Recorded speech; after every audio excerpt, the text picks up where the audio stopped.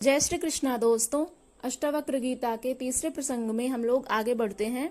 ऋषि अष्टावक्र जी कहते हैं, माया मात्र मिदम विश्वम पश्यन् विगत कौतुकः अपि सन्निहिते मृत्युौ कथम त्रस्याति धीर धीः।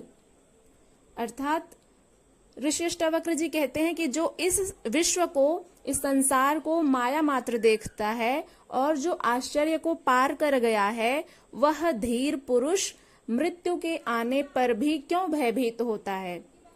कहने का भाव यह है कि अष्टावक्र जी राजा जनक से यह कहना चाह रहे हैं कि जो ज्ञानी पुरुष इस विश्व को माया की तरह देखता है कि इस संसार में तो केवल माया जाल ही व्याप्त है, और जो इस आश्चर्य को पार कर गया है, वह धीर पुरुष मृत्यु के निकट आने पर क्यों भयभीत हो जाता है।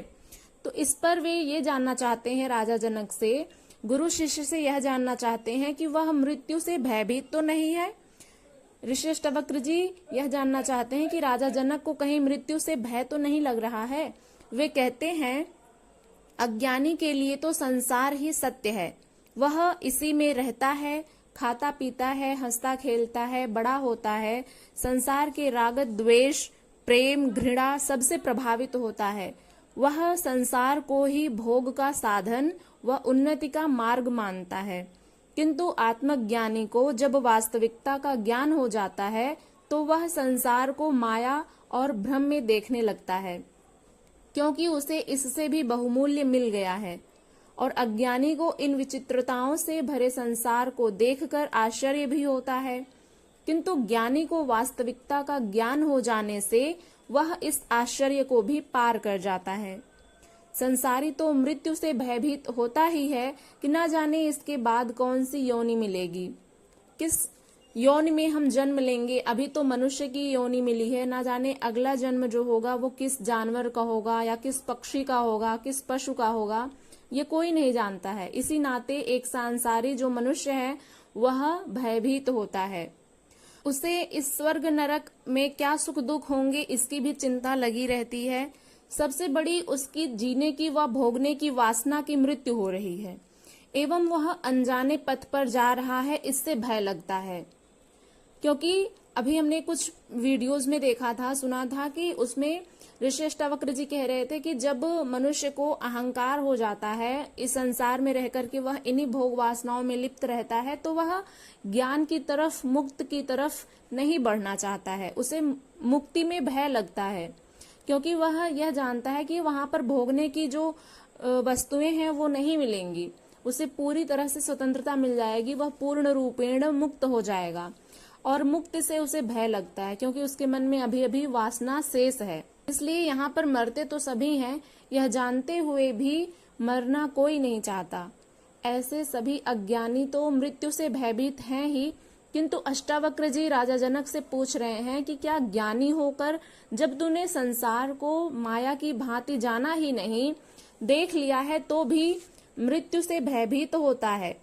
क्योंकि ज्ञानी तो मृत्यु से भयभीत नहीं होते हैं, वे उत्सव की भांति उस मृत्यु का स्वागत करते हैं।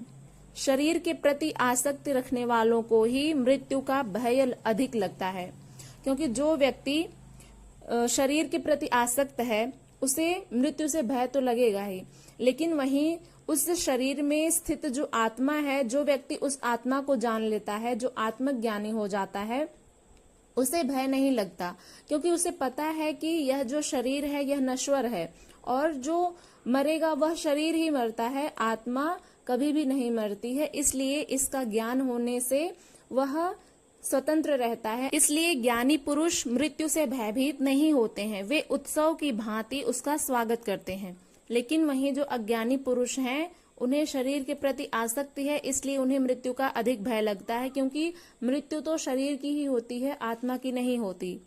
तो इसलिए यहाँ पर इस प्रश्न के माध्यम से ऋषि अष्टावक्र जी यह जानना चाह रहे हैं कि क्या वास्तव में राजा जनक को आत्मज्ञान हुआ है, और यदि वे आत्मज्ञानी हो गए हैं तो क्या उन्हें अभी भी मृत्यु से भय लग रहा है, या केवल उन्हें आत्मज्ञान का भ्रम हुआ है।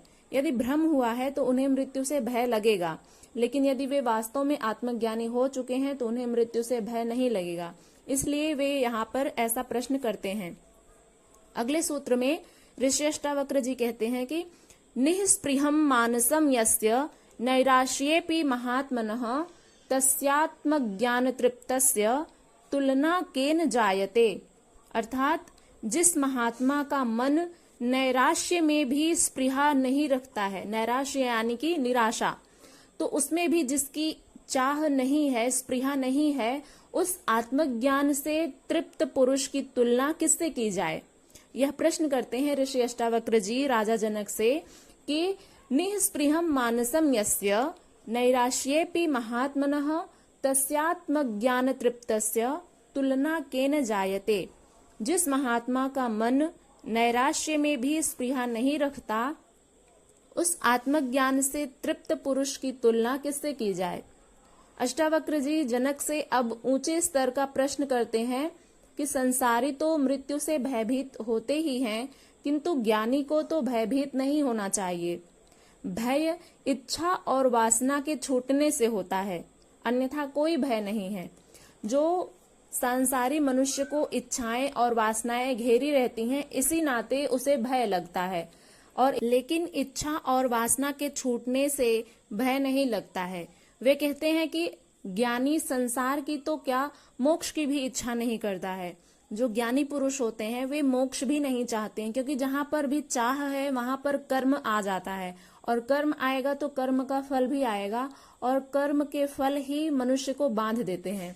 तो यहाँ पर जो आत्मज्ञानी होते हैं वे किसी भी प्रकार की कोई अच्छी या बुरी चाह नहीं रखते हैं, किसी भी प्रकार की कोई वासना, कोई चाह, कोई इच्छा शेष नहीं रह जाती। यहाँ तक कि वे स्वर्ग या फिर मोक्ष की भी इच्छा नहीं करते हैं। यदि उसने मोक्ष की भी इच्छा की तो वह भी उसकी वासना ही है, एवं जहाँ वासना है वहाँ मोक्ष नहीं है। जो बिना किसी प्रकार की इच्छा करते हुए केवल आत्मज्ञान से तृप्त है, केवल आत्मानंद का ही अनुभव कर रहा है, वह मुक्त ही है। ऐसे व्यक्ति की तुलना किसी से भी नहीं हो सकती। अष्टावक्र जी ने यह प्रश्न किया था कि क्या ऐसे पुरुष की तुलना की जा सकती है जिसे आत्मज्ञान हुआ है, जो केवल आत्मज्ञान से ही तृप्त है, आत्मज्ञान से ही आनंदित है। ऐसे पुरुष की तुलना भला किससे की जा सकती है। तो ऐसे व्यक्ति की तुलना किसी से भी नहीं की जा सकती। गुरु शिष्य से यह जानना चाहते हैं कि इसकी मोक्ष में स्पृहा तो नहीं है। अष्टावक्र जी राजा जनक से यह जानना चाहते हैं कि कहीं राजा जनक में मोक्ष के प्रति चाह या फिर इच्छा तो नहीं है। तो आशा करते हैं कि आप लोगों को ये दोनों श्लोक अच्छे से समझ में आ गए होंगे। मिलते हैं नेक्स्ट वीडियो के साथ। ये वीडियो यदि आपको पसंद आई हो तो इसे लाइक करिएगा। चैनल पर यदि पहली बार विजिट कर रहे हैं तो सब्सक्राइब करके बेल आइकन को प्रेस कर लीजिएगा, ताकि आने वाली हर वीडियो की नोटिफिकेशन सबसे पहले आप तक पहुंचे। मिलते हैं अगली वीडियो में, तब तक के लिए अपना ध्यान रखिएगा। हरे कृष्ण।